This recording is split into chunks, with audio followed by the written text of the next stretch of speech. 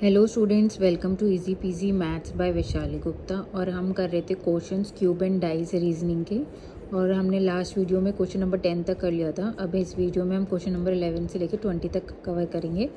Now coming to question 11, two different position of the same dice are shown, the 6 faces of the numbers which are number 1 to 6। ठीक है, select the number that will be on the face opposite to the one showing 1। अगर आप इसमें देखो, दो number 5 और 4 दोनों शीटों में कॉमन है।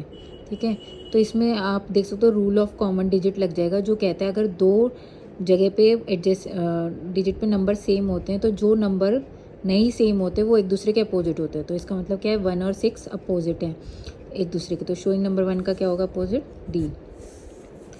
3 different position of the same dice are shown, find the number on the face opposite to the face showing 1। अब आप ये देखो, अगर हम ये वाली दोनों डाइस देखते हैं तो इसमें 1 6 और 1 6 इन दोनों में कॉमन है। तो मैंने जैसे अभी रूल बताया कि दोनों अगर दो जगह पोजीशन, दो डाइस की पोजीशन सेम होती हैं तो वो जो नंबर नहीं होते हैं सेम वो अपोजिट होते हैं। तो मतलब 2 अपोजिट है 5 के, राइट। अगर इस वाली क्वेश्चन में देखें 1 और 2, इस वाली डाइस में और इस वाली डाइस में 1 और 2 सेम है, तो 6 और 4 एक दूसरे के अपोजिट होंगे। तो ऑब्वियसली बात है, अगर 6 और 4 अपोजिट हैं, 2 और 5 अपोजिट है, तो 1 के अपोजिट क्या होगा, 3, क्योंकि 3 ही नंबर बचा है। तो क्वेश्चन 12 का हो गया A. 3 different position of the same dice are shown, find the number on the face opposite the face four showing. अब आप ये देखो, हमें 4 का निकालना है। तो इसमें देखो आप 4 ये रहा, 4 ये रहा, और कोई नंबर कॉमन है नहीं। तो इसमें हम लगा देते हैं सर्कुलर मोशन वाला रूल। ठीक है,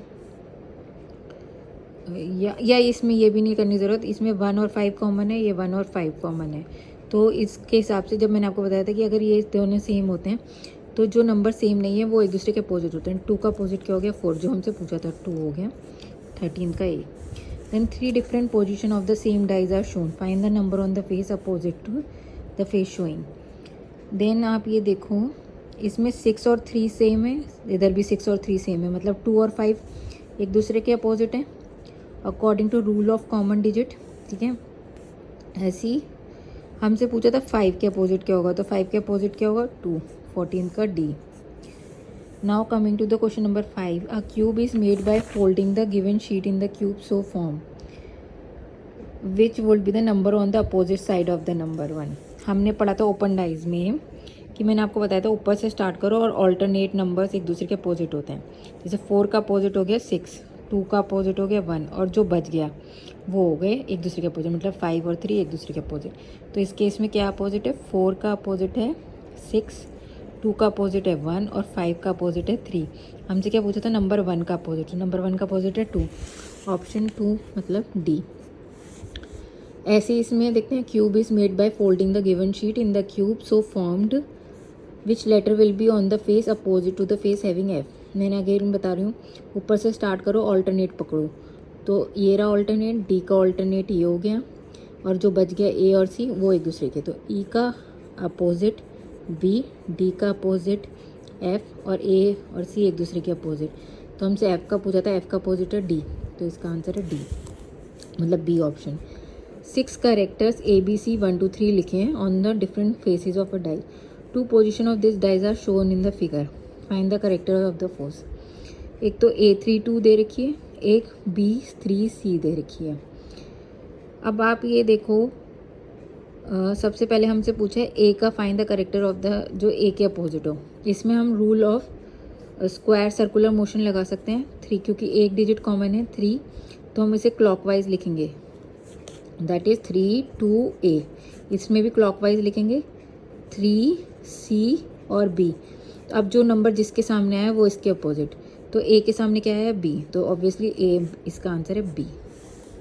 ठीक है, then a cube is made by folding the given sheet in the cube so form which pair of letters will be on the opposite faces। देखो मैंने आपको क्या बोला, शुरू से स्टार्ट करो और ऑल्टरनेट पकड़ो। P का Q, फिर इस वाले में स्टार्ट करना है Q का R, और जो बच गया वो एक दूसरे के अपोजिट, तो T और S एक दूसरे के अपोजिट।